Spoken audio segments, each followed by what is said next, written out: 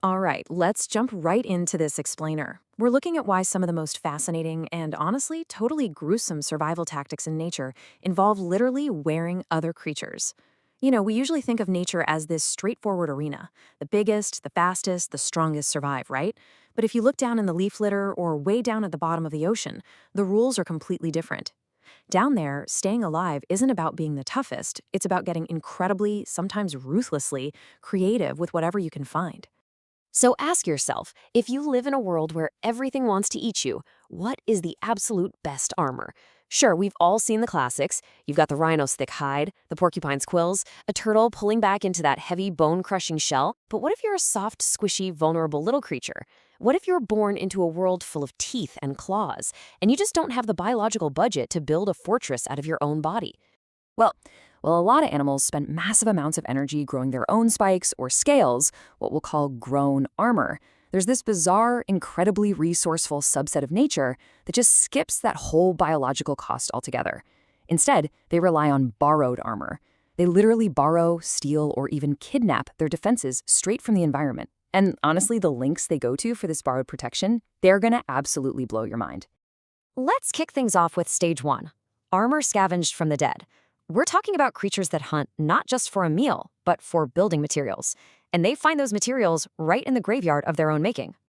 Picture this, an insect smaller than your fingernail, just prowling around in the leaves. This is the assassin bug, and it is terrifying. It hunts ants, it stabs them, liquefies their insides, and drinks them dry. Pretty standard bug stuff, right? Except it doesn't just toss the empty body. It actually uses a sticky secretion to glue the empty husk right onto its own back. A single young assassin bug will stack up to 20 drained ants into this swaying, grotesque tower of living glue. It wears a literal backpack of everything it's ever killed. It is straight up taxidermy as a survival tactic. Now, you've got to wonder, why drag all that dead weight around? Well, a 2007 study by researchers Robert Jackson and Simon Pollard figured it out. And it proved this isn't just about visually blending in. It's actually a highly sophisticated chemical disguise. They tested these bugs against jumping spiders, which are these incredibly fierce visual hunters, and the spiders wouldn't even touch them. The corpse pile creates this scent mask. It totally hides the bug's natural odor and replaces it with the scent and shape of ants, which, by the way, is the one thing those spiders absolutely refuse to mess with. So the bug literally hides inside a pile of its own victims. It slips past the guards by wearing the guards' own dead livestock as a coat. That quote right there perfectly sums up a totally different insect pulling the same trick, the green lacewing larvae. These tiny predators hunt aphids. But aphids are basically livestock for ants. The ants aggressively farm and guard them. If a naked predator tried to walk in, it would be instantly mobbed, no chance. So what does the lacewing do? It spears the aphids, drains them hollow, and hooks the empty husks, along with some random lichen and fuzz, onto this forest of bristles on its back. It ends up looking like a walking dust bunny and smelling exactly like an aphid. It just strolls right past the ant patrols, completely undetected, wearing their own dead livestock as a coat. All right, moving on to stage two, kidnapping the living. This is where things take a serious and frankly terrifying step up. These animals aren't waiting around for something to die. They are actively hunting down dangerous living organisms and forcing them into servitude. You're not wearing a costume, you're wearing a tenant. This is the wildly bizarre reality of the sponge crab. This crab doesn't just pick up a random piece of debris. Oh no. It uses its claws to carve a custom-fit chunk out of a living sea sponge. Then, it uses its modified back legs, which actually end in these little hooks, to permanently pin the sponge down onto its back, kind of like a chin strap. It wears this live animal for years, all just to use the sponge's nasty chemical defenses and sharp glassy spikes to ward off predators. They are both alive, just locked together in this weird, permanent arrangement. Then you have the urchin carrier crab, which makes an absolutely absurd trade-off to stay alive. It permanently sacrifices exactly 50% of its walking legs for one specific job, holding a live, venomous sea urchin directly over its head, like a spiked umbrella. The crab literally tiptoes around the ocean floor on half its legs for its entire life. But hey, it works perfectly. A fish might easily munch on a normal crab, but there is no way it's biting into a sphere of venomous spines that could land a human diver in the hospital. The crab gives up half its mobility to wield a weapon it didn't even have to build. And it gets crazier. Let's talk about this unbelievable discovery from 2017 regarding the boxer crab. This thing is tiny, barely wider than a pea, and it carries a live sea anemone in each claw. It weighs them around like toxic cheerleader pom-poms to sting predators. But what happens if it accidentally loses one of those anemones? It doesn't go look for a spare. Nope. Step 1. It literally rips its one remaining live anemone right in half. Step 2. Within just a few days, those pieces miraculously heal into 2 perfect, fully functioning clones. And step 3. The crab is right back to wielding a perfectly matched pair of stinging weapons.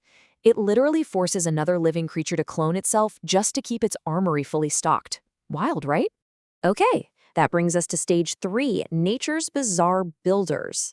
We're leaving the kidnappers behind and looking at the master architects, creatures that basically use the ocean floor or a riverbed as their own personal hardware store. It's the housing crisis, except every landlord is a corpse. That is the brutal, everyday reality of the hermit crab. We all know they live in borrowed shells, but remember, their back ends are completely soft, naked, and unarmored. They have to squat in the empty shell of a dead sea snail just to survive, and as they grow, they constantly need bigger real estate. When a roomy shell finally opens up, crabs will literally line up, ordered by size, to aggressively swap and steal shells in this crazy, rapid-fire chain reaction. Every single hermit crab out there is only as safe as the dead thing it managed to steal. Now, what's truly wild about the caddisfly larvae is just how ancient and adaptable their building genius really is. These insects spin silk from their mouths to glue together their own portable bunkers. They'll use grains of sand, bits of twig, tiny snail shells, literally whatever the stream provides. This is a 200-million-year-old silk-spinning instinct. We're talking older than the dinosaurs here. And it's so hardwired that when a French artist put some of these larvae in a tank with nothing but gold flakes and tiny gemstones, they just calmly went to work and built themselves these dazzling, jeweled cases fit for royalty. The instinct doesn't care what the material is. It just says, find stuff, build a wall. So why go to such extreme lengths? It's easy to assume this is all just about putting a hard physical barrier between them and a predator's teeth. But sometimes, the reason an animal covers itself in trash isn't just to build a wall. It's about completely altering how the rest of the world perceives them. The science behind this is actually super unexpected. Take the decorator crab, for example. It uses these natural, Velcro-like hairs on its body to stick foul-tasting sponges and anemones to itself. It's not trying to look pretty. It's deliberately planting toxic body bards all over its shell. Then you've got the carrier snail, which permanently glues heavy shells and debris to its own back. Scientists actually believe this breaks up its visual outline on the mud, basically turning it into an awkward, totally unrecognizable mouthful for any predator. And then there's my absolute favorite, the collector urchin. It uses these tiny little tube feet to hold shells and seaweed over its already spike-covered body. The leading scientific theory? It's actually building itself an umbrella to block harsh UV sunlight in the shallow water. How cool is that? A running tally of the dead cemented on one funeral at a time. As a carrier snail goes through its life, its shell grows outward, and it literally grabs foreign objects with its muscular foot, permanently sealing them on with fresh shell. It's basically a hoarder, except the hoard is permanently bolted to its own body.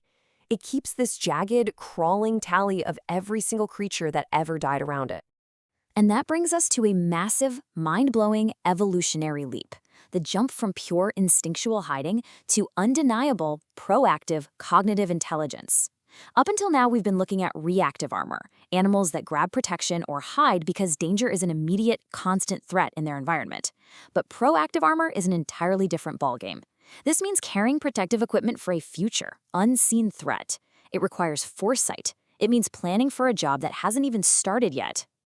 Just look at how the veined octopus pulls this off. First, out on the bare seafloor where there's absolutely nowhere to hide, it goes around and collects empty, halved coconut and clamshells. Second, it stacks them up, rises up on its stiffened arms, and awkwardly stilt walks across the open sand. Now this shuffle is super slow and actually exposes it to predators, but it does it anyway because of step 3. Later on, when a threat finally does show up, it drops the shells, pulls the 2 halves around its body, and snaps them shut into a perfectly sealed armored ball. It is actively utilizing tools for a danger that hasn't even happened yet. It basically saw danger coming in the abstract and decided to pack a mobile bunker just in case. Looking back at the timeline of scientific milestones we've talked about today, it's pretty incredible. 200 million years ago, those caddisfly larvae were already spinning their adaptable bunkers.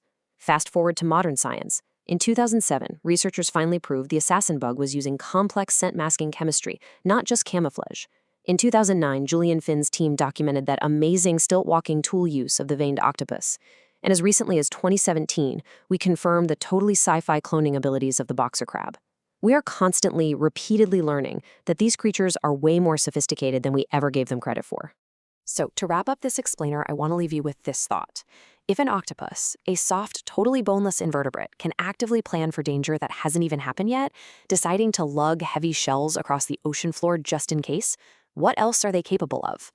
Borrowed armor might have started out as just a clever way to hide among the dead, but it has clearly evolved into this undeniable testament of cognitive foresight. What other incredible secrets of animal intelligence are just waiting to be uncovered right beneath our feet or way down at the bottom of the sea? Seriously, think about that the next time you see a strange little bug carrying a pile of dust. Thanks so much for joining me on this deep dive.